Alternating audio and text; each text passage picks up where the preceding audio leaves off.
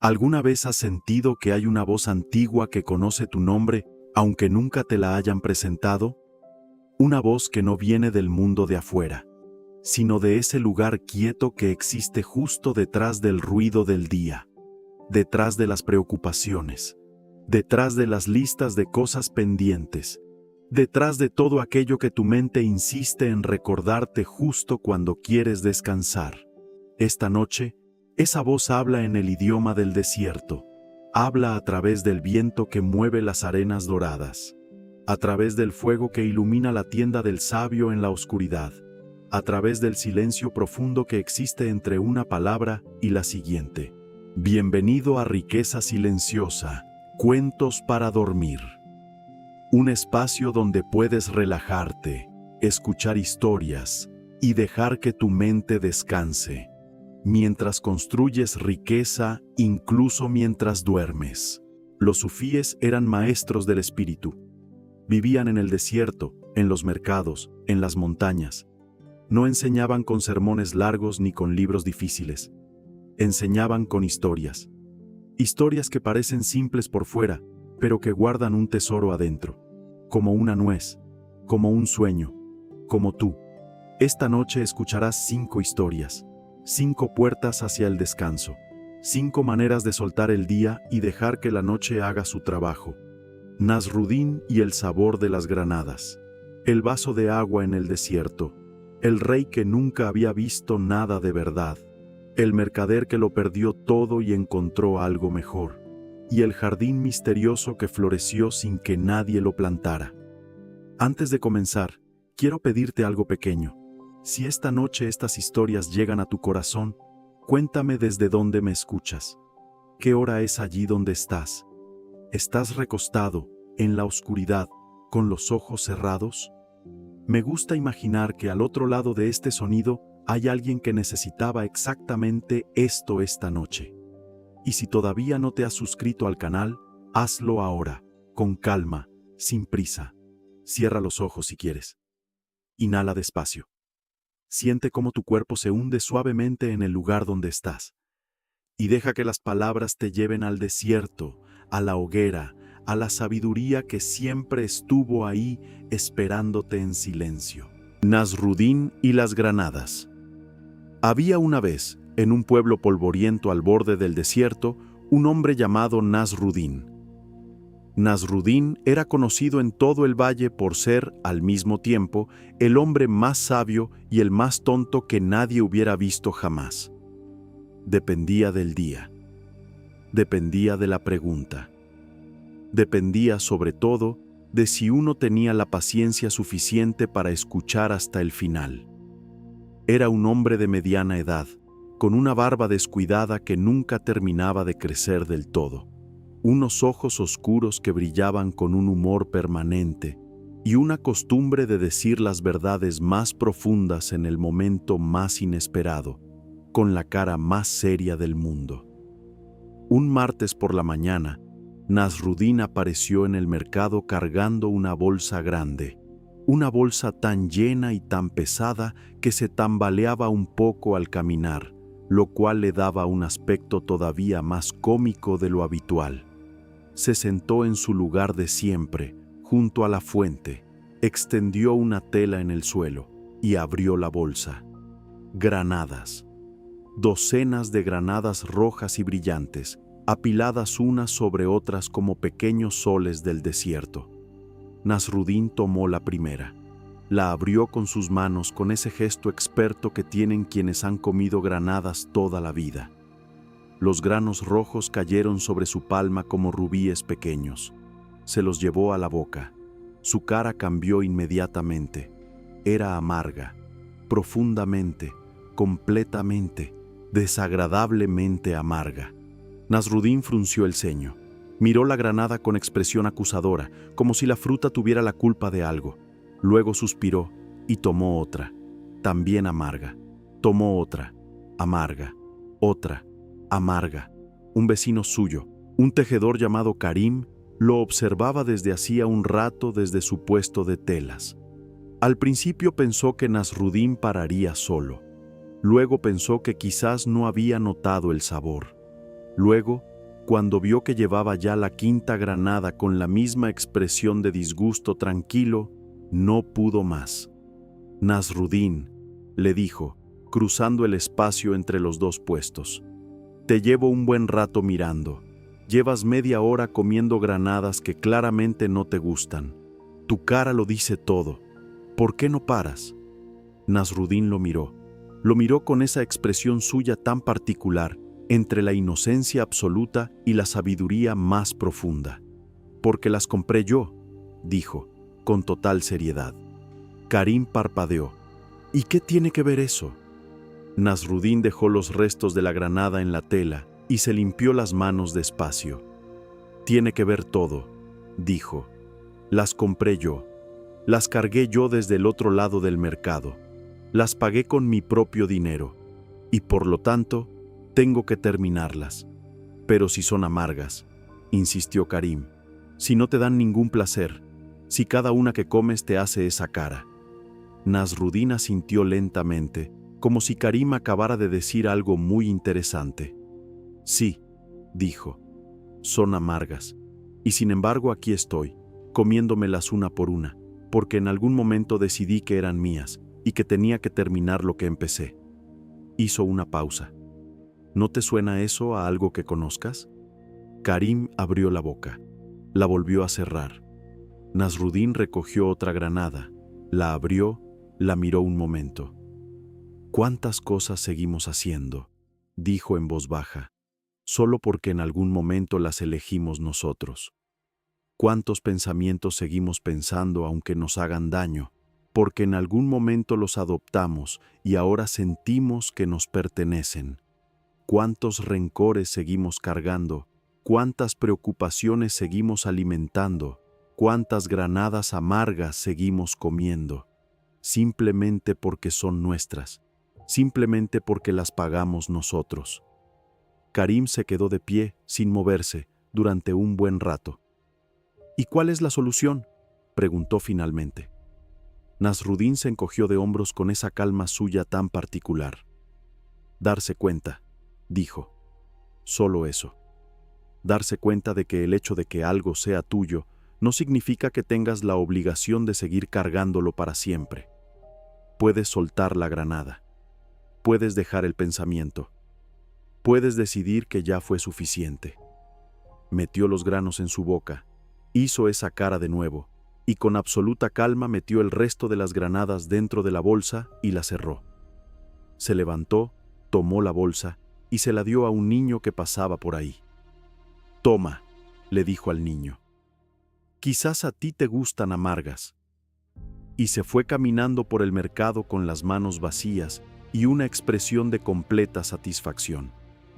Karim lo miró alejarse durante mucho tiempo, pensando en todas las granadas amargas que él también había seguido comiendo en su vida, sin darse cuenta, por costumbre, porque en algún momento había decidido que eran suyas. El vaso de agua en el desierto. Un maestro sufí llamado Ibrahim viajaba con su discípulo más joven por las rutas del desierto. Era un viaje largo. Habían salido al amanecer cuando el cielo todavía tenía ese color entre azul y gris que no tiene nombre exacto. Ahora el sol estaba alto y el calor era una presencia física, casi visible, que temblaba sobre la arena dorada. El discípulo se llamaba Yusef. Tenía 20 años, una mente rápida y la costumbre de hacer preguntas antes de terminar de escuchar las respuestas. Era el tipo de joven que aprende mucho y entiende poco, lo cual es, según Ibrahim, la condición normal de los 20 años. Llevaban horas caminando cuando apareció el pozo.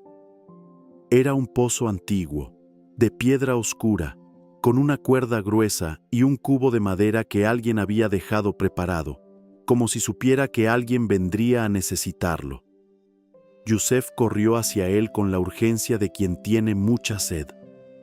Bajó el cubo, esperó el sonido del agua, lo subió lleno y pesado, y llenó un vaso de barro que llevaba en el morral.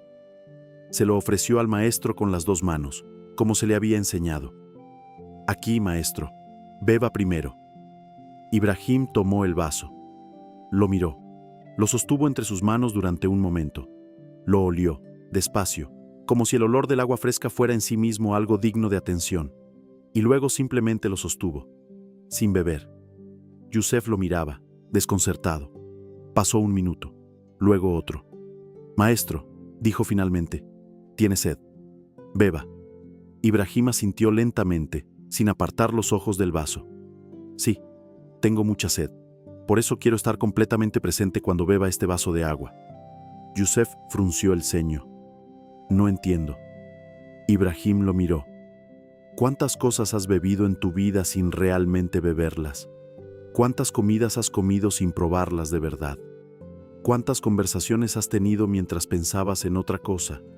¿Cuántos atardeceres has mirado mientras calculabas lo que tenías que hacer al día siguiente?»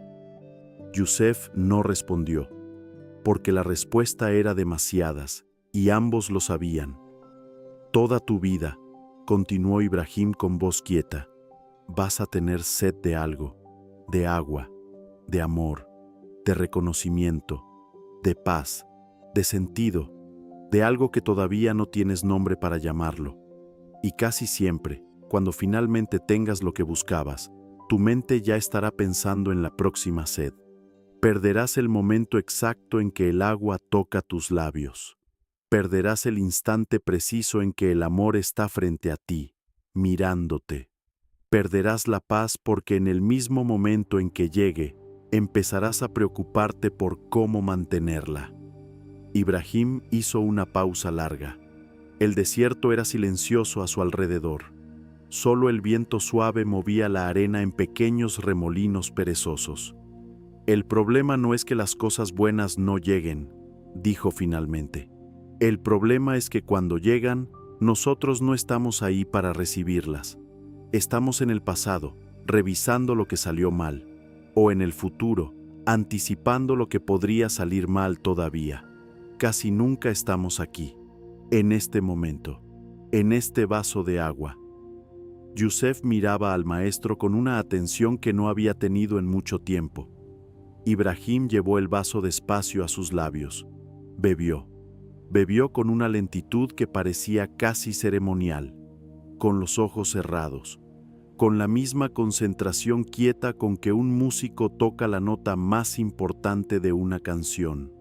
Y en su cara apareció una expresión que Yusef no olvidaría el resto de su vida. No era solo la expresión de alguien que bebe agua después de horas de sed en el desierto. Era algo más. Era la expresión de alguien que está completamente, totalmente, sin reservas, aquí, presente en su propio momento, vivo en su propia vida. Cuando terminó, Ibrahim abrió los ojos y devolvió el vaso vacío. Yusef lo tomó en silencio. Luego llenó su propio vaso, y por primera vez en mucho tiempo bebió agua de verdad. Sintió el frío bajando por su garganta. Sintió cómo su cuerpo lo recibía. Sintió gratitud por ese pozo que alguien construyó hace siglos para que él pudiera estar aquí, ahora, bebiendo. El desierto seguía igual a su alrededor, pero algo había cambiado, no en el paisaje, en él. Continuaron caminando en silencio después de eso, y durante el resto del viaje, Yusef tuvo la costumbre de hacer una pequeña pausa antes de cualquier cosa. Antes de comer, antes de hablar, antes de entrar a un lugar, un segundo, solo un segundo para decirse a sí mismo, «Estoy aquí». Y descubrió que ese segundo lo cambiaba todo. El rey que nunca había visto nada. Había una vez, en las tierras donde el sol nace antes de que el mundo despierte, un reino llamado Safar. Safar era un reino de mármol blanco y jardines perfumados. Sus torres tocaban las nubes en los días claros y sus mercados olían a especias que llegaban desde 100 países distintos. El agua corría por canales de piedra tallada entre las calles y en las noches de verano la música salía por las ventanas de las casas y se mezclaba con el aire tibio como si fuera parte de él. Era, en todos los sentidos visibles, un reino hermoso, y en el centro de Safar, en el palacio más grande que cualquier arquitecto hubiera soñado construir, vivía el rey Harún. Harún era un hombre alto, de mirada intensa y voz profunda que llenaba las habitaciones sin esfuerzo. Había heredado el trono a los 18 años, tras la muerte repentina de su padre, y desde entonces había gobernado con una mezcla de inteligencia fría y voluntad de hierro que sus consejeros admiraban y sus enemigos temían. Conocía el precio de cada joya en su tesoro. Sabía cuántos soldados guardaban cada frontera y cuántas provisiones tenía cada guarnición. Podía decirte el nombre de cada ministro, cada juez, cada comerciante importante de su reino. Recordaba los números de los impuestos de hace 10 años y los comparaba mentalmente con los de este año sin necesidad de documentos. Harún veía todo, o eso creía él. Su palacio tenía 100 habitaciones, y él las había recorrido todas. Sus jardines tenían 1000 variedades de rosas, y él conocía el nombre de cada una en 3 idiomas distintos. Tenía caballos que ganaban todas las carreras, consejeros que respondían todas las preguntas, y cocineros que preparaban cualquier plato que pidiera. Pero había algo que Harún no sabía, algo que nadie en su corte se atrevía a decirle, que a pesar de tener ojos perfectos, el rey Harún vivía completamente ciego, no de la ceguera que conocemos, no la oscuridad, sino otra cosa, una ceguera más sutil y más difícil de curar, la incapacidad de ver más allá de lo que uno ya espera ver. Harún miraba el amanecer y calculaba el tiempo para las cosechas. Miraba a su pueblo y contaba contribuyentes. Miraba sus jardines y veía inversiones. Miraba el cielo nocturno y pensaba en el tiempo que haría mañana. Miraba todo, pero no veía nada. Un día de primavera, cuando los jardines del palacio estaban en su momento más hermoso y el aire olía a jazmín y a tierra húmeda, llegó a las puertas de Safar un viajero. No venía montado en un caballo blanco, ni traía regalos de tierras lejanas envueltos en seda.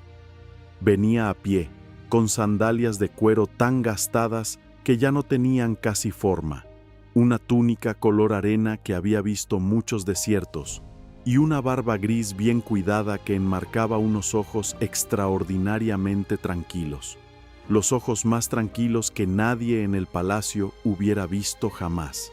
Se llamaba Rumi al-Kalb, el peregrino del corazón. Cuando los guardias lo detuvieron en las puertas del palacio, él simplemente sonrió.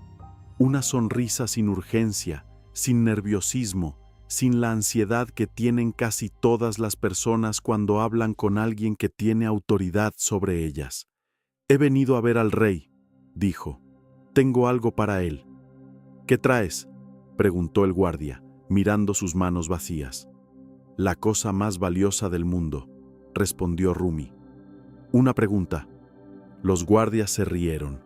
Era la respuesta más absurda que habían escuchado en mucho tiempo, pero algo en la calma de aquel hombre los desconcertó de una manera que ninguno sabía explicar bien, y por razones que tampoco sabían explicar bien, lo dejaron pasar. Harún recibió al viajero en su salón del trono.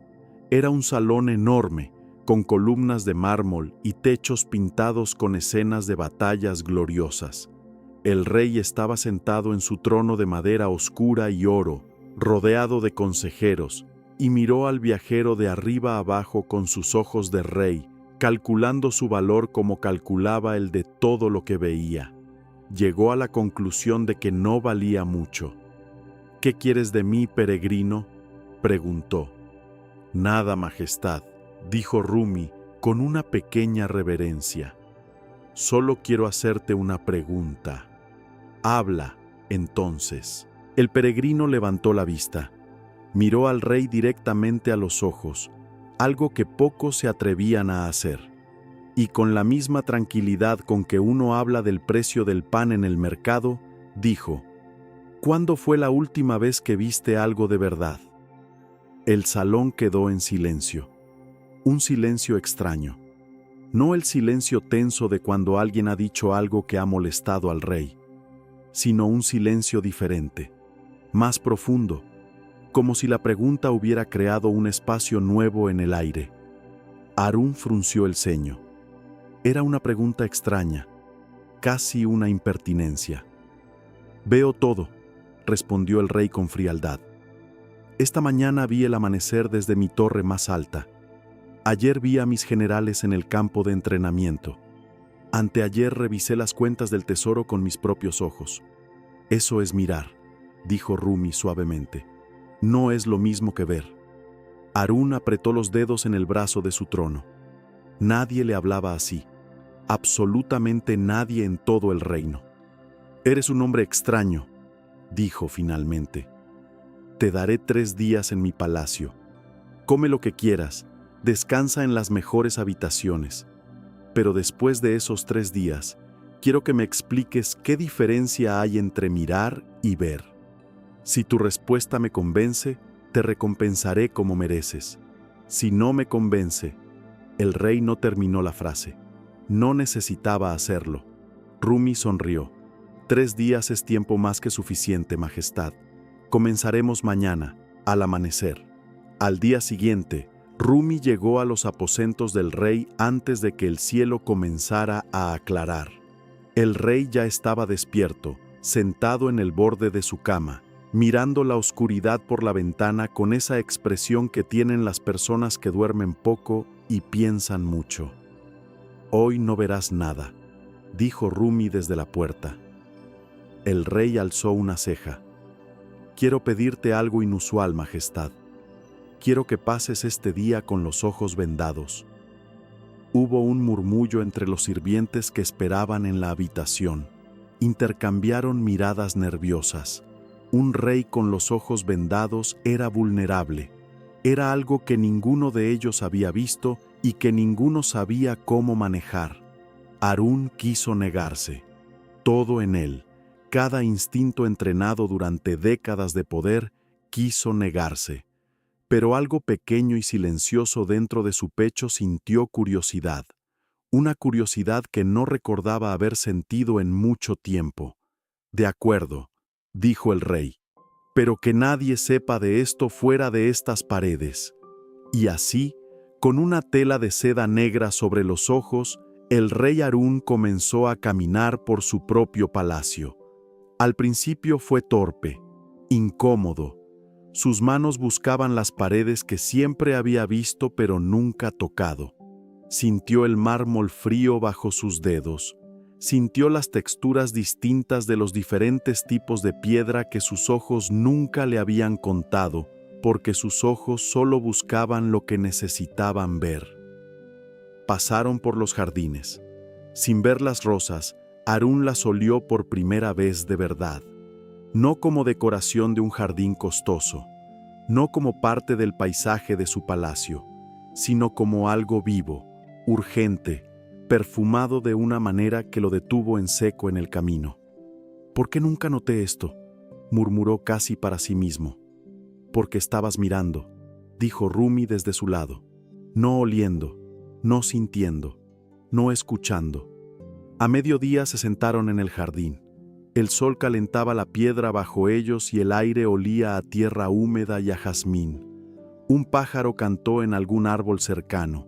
Harún lo escuchó de una manera diferente, como si el canto tuviera una dirección, una intención, como si le estuviera diciendo algo específicamente a él en un idioma que él no sabía que conocía. «¿Qué pájaro es ese?», preguntó. «Un ruiseñor, Majestad», dijo un sirviente. «Siempre canta en ese árbol. Lleva años aquí». Harún abrió la boca. La volvió a cerrar. Llevaba años, y él nunca lo había escuchado. Por la tarde, Rumi lo llevó a los establos. Harún conocía sus caballos por nombre, por raza, por valor en el mercado.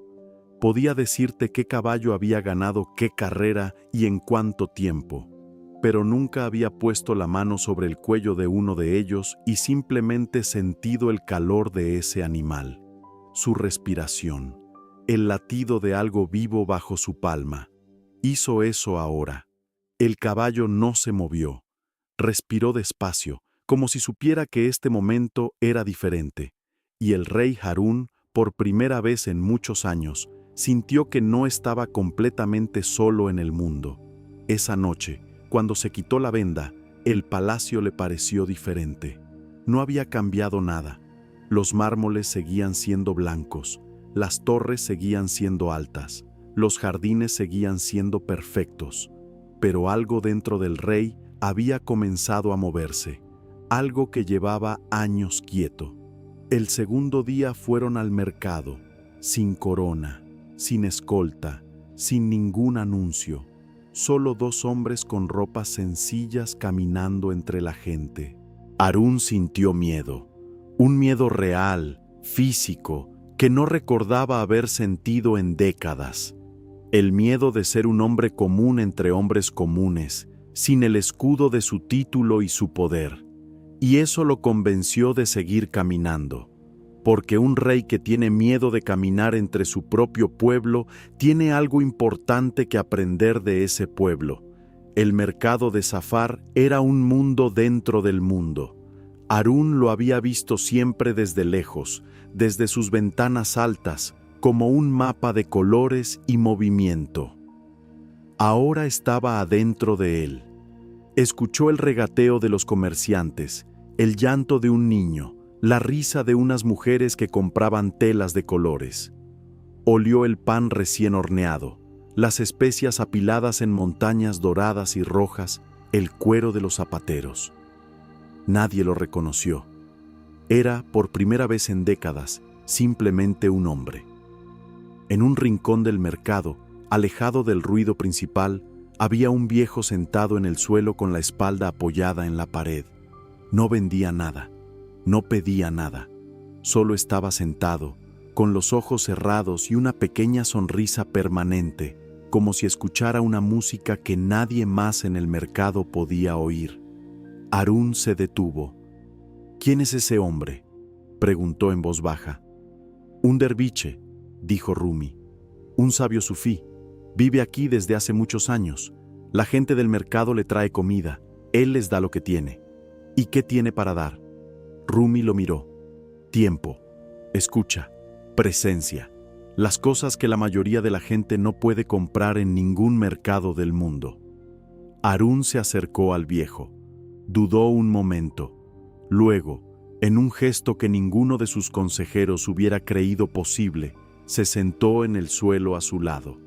El rey más poderoso de la región, sentado en el polvo del mercado como un estudiante.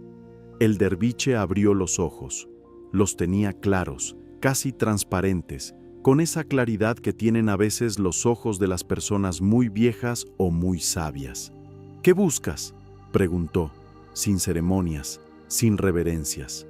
«No lo sé», dijo Harún, y se sorprendió a sí mismo con esa respuesta, porque era verdad, y porque hacía mucho tiempo que no decía algo que fuera completamente verdad. El derviche asintió lentamente. «Bien, esa es la primera respuesta honesta que has dado en mucho tiempo. Lo veo en tu cara». Hablaron durante horas. El viejo le contó historias. Le habló de reyes que murieron solos rodeados de riqueza, de mendigos que murieron en paz rodeados de nada, de jardines que florecen en el desierto cuando nadie los busca, de pájaros que cantan aunque nadie los escuche. Y mientras escuchaba, Harún comenzó a notar algo que no podía explicar bien.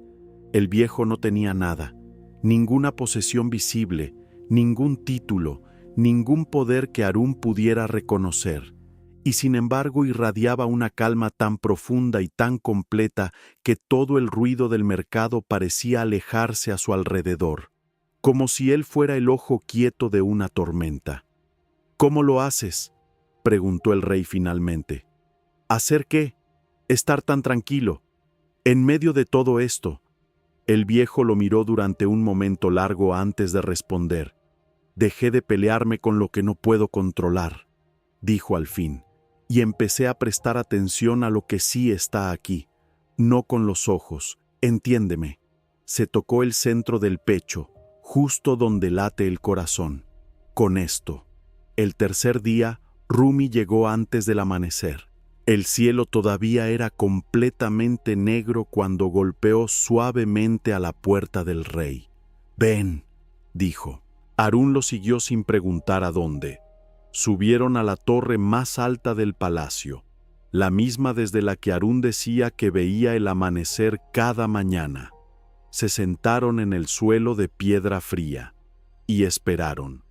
Primero llegó el azul oscuro, ese azul que no es todavía el día, pero ya tampoco es la noche, un color sin nombre exacto en ningún idioma. Luego el violeta suave en el horizonte, como una promesa hecha en voz baja. Luego el naranja, luego el oro, y finalmente, despacio, despacio, con toda la calma del mundo, el sol. Harún no dijo nada durante todo ese tiempo. Miraba el cielo y sentía algo que no tenía nombre, algo que tenía que ver con lo pequeño que era él y lo grande que era aquello, y con que de alguna manera ambas cosas estaban perfectamente bien. «Antes me decías que veías el amanecer cada mañana», dijo Rumi, rompiendo el silencio. «Lo miraba», corrigió Harún en voz baja. «Tenías razón, no es lo mismo. ¿Qué diferencia sientes?» El rey pensó durante un momento. Cuando miraba, buscaba información. Calculaba si haría buen tiempo para las cosechas, si mis tropas podrían marchar, si los mercaderes abrirían sus tiendas. ¿Y ahora? Ahora solo estoy aquí, y eso es suficiente». Rumi asintió. Fue el silencio más profundo de la vida del rey, y también, sin que él lo supiera todavía, el comienzo del período más sabio de su reinado. Cuando el peregrino se fue al día siguiente, Harún lo acompañó hasta la puerta del palacio, algo que nunca hacía con ningún visitante, sin importar su rango. «¿Cuándo volverás?», preguntó. El peregrino sonrió. «No lo sé, pero si sigues viendo de la manera que aprendiste estos 3 días, no necesitarás que vuelva». Harún lo vio alejarse por el camino que llevaba al desierto. Se volvió pequeño entre la arena y el calor, luego más pequeño, luego desapareció en el horizonte dorado, y el rey se quedó mirando ese horizonte mucho tiempo después de que el peregrino hubiera desaparecido, mirándolo de verdad.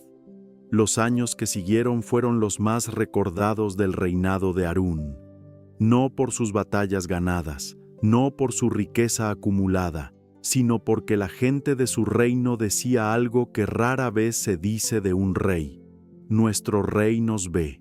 Y eso, en cualquier época y en cualquier lugar del mundo, es el regalo más raro y más valioso que alguien con poder puede dar a quienes lo rodean. Que sepan que son visibles, que alguien, con los ojos bien abiertos y el corazón despierto, los ve de verdad. El mercader y el viento. Había un mercader llamado Salim que había pasado 40 años de su vida construyendo una fortuna. No había sido fácil. Había empezado de joven con una sola mula y una carga de telas baratas, recorriendo los caminos polvorientos entre aldeas pequeñas, durmiendo bajo las estrellas cuando no había posada, comiendo poco cuando el negocio no iba bien. Pero había trabajado, había aprendido, había tomado decisiones difíciles en momentos difíciles, y con el tiempo, la mula se convirtió en una caravana. Las telas baratas se convirtieron en especias raras y joyas finas. Las aldeas pequeñas se convirtieron en las rutas comerciales más importantes de la región. A los 60 años, Salim era uno de los hombres más ricos de su país. Tenía una casa con jardín en la ciudad. Tenía almacenes llenos de mercancía. Tenía empleados que manejaban sus negocios y le rendían cuentas cada semana. Tenía, en resumen, todo lo que había soñado aquella primera noche que durmió bajo las estrellas con su mula y su carga de telas. Y un día de verano, cruzando el desierto con su caravana más grande hacia una feria importante, llegó la tormenta. No fue una tormenta de lluvia, fue una tormenta de arena, de esas que en el desierto llaman la lengua de Dios. Una pared de polvo y viento que llegó del horizonte en minutos, que oscureció el sol en segundos y que separó a Salim de todo lo que tenía en cuestión de horas. Cuando el viento se calmó, el mercader estaba solo, sin camellos, sin mercancía, sin sirvientes, sin nada. Solo él, la arena infinita, el silencio del desierto y el sol que comenzaba a bajar hacia el horizonte. Caminó en la dirección que creyó correcta durante horas que se sintieron como días, hasta que en la distancia vio el brillo de un fuego pequeño y junto al fuego la silueta de una tienda de tela oscura. Un beduino anciano vivía ahí, solo, como llevaba viviendo muchos años, sin más compañía que su camello, su fuego y el cielo lleno de estrellas que lo cubría cada noche como un techo hecho de luz. El anciano recibió a Salim sin hacer preguntas. Le dio agua, le dio pan, le hizo sitio junto al fuego y esperó. Salim, agotado y destrozado, miraba las llamas y pensaba en todo lo que había perdido. Décadas de trabajo, años de esfuerzo, todo, en unas pocas horas de viento y arena. ¿Cómo puedes ser tan tranquilo?, preguntó finalmente al anciano. ¿No tienes miedo de perderlo todo? El anciano lo miró con una curiosidad genuina. ¿Perder qué? Salim señaló alrededor.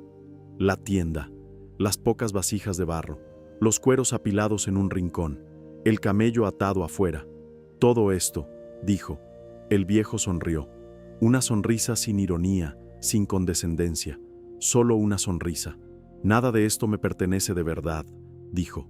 La tienda es lona y palos de madera. Las vasijas son barro del río.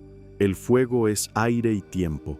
El camello es un animal que decidió quedarse conmigo, pero podría irse mañana. ¿Y qué sí te pertenece?, preguntó Salim. El anciano pensó un momento largo, con la misma seriedad con que uno piensa en una pregunta importante.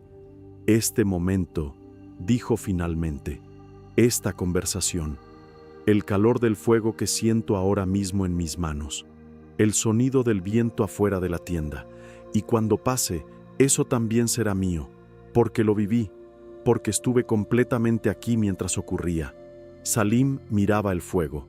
40 años, dijo en voz baja, casi para sí mismo. 40 años acumulando cosas.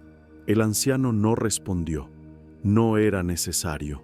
El mercader siguió mirando las llamas durante mucho tiempo, pensando en cuántos momentos como este había dejado pasar, cuántas noches junto a fuegos distintos había estado presente solo con el cuerpo, mientras la mente calculaba, planeaba, sumaba y restaba, demasiado ocupado contando lo que tenía para sentir lo que era. Esa noche durmió sobre una manta áspera, con el suelo duro del desierto debajo y el cielo lleno de estrellas arriba, sin almohada de seda, sin techo de mármol, sin nada de lo que había tardado 40 años en construir, y durmió mejor que en años, no porque hubiera encontrado la paz en la pobreza, sino porque por primera vez en mucho tiempo no tenía nada que proteger, y descubrió que sin ese peso era sorprendentemente ligero. El jardín que nadie plantó. Al borde de un pueblo pequeño en el desierto, crecido alrededor de un oasis que nadie recordaba haber descubierto, había un jardín que nadie podía explicar. Nadie lo había plantado. Eso era un hecho. Los ancianos del pueblo lo preguntaban a sus padres cuando eran niños, y sus padres les decían que ellos también lo habían preguntado a sus propios padres, y que la respuesta siempre era la misma. El jardín siempre había estado ahí, o quizás había aparecido un día de repente. Nadie lo recordaba bien. Lo que sí era seguro es que nadie lo regaba, nadie lo podaba, nadie lo cuidaba de ninguna manera visible, y sin embargo, florecía. Rosas de un rojo tan intenso que parecían tener luz propia, jazmines que perfumaban el aire a 100 pasos de distancia, árboles que daban sombra en verano y frutos en invierno, al revés de todos los árboles normales. Un pequeño manantial que brotaba sin razón aparente de una roca completamente seca. La gente del pueblo tenía sus teorías.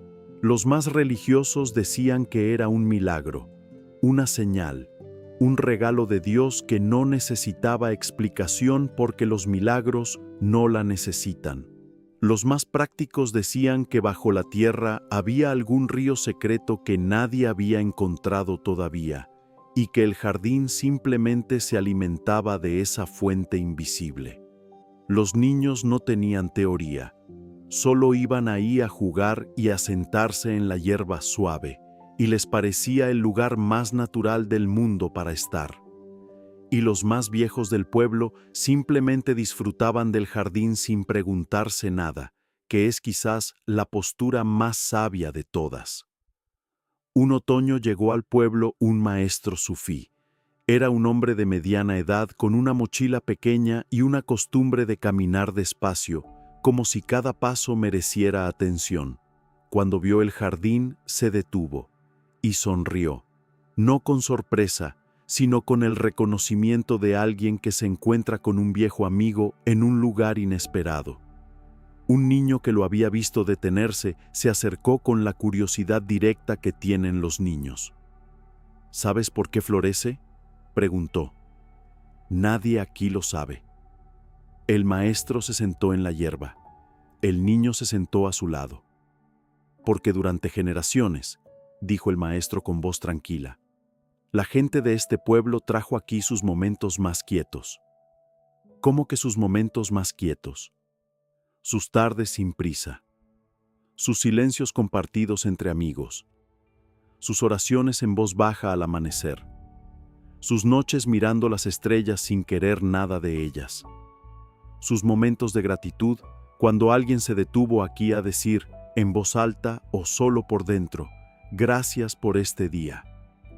El maestro hizo una pausa, miraba las rosas con esa misma expresión de reconocimiento tranquilo. La tierra recuerda esas cosas.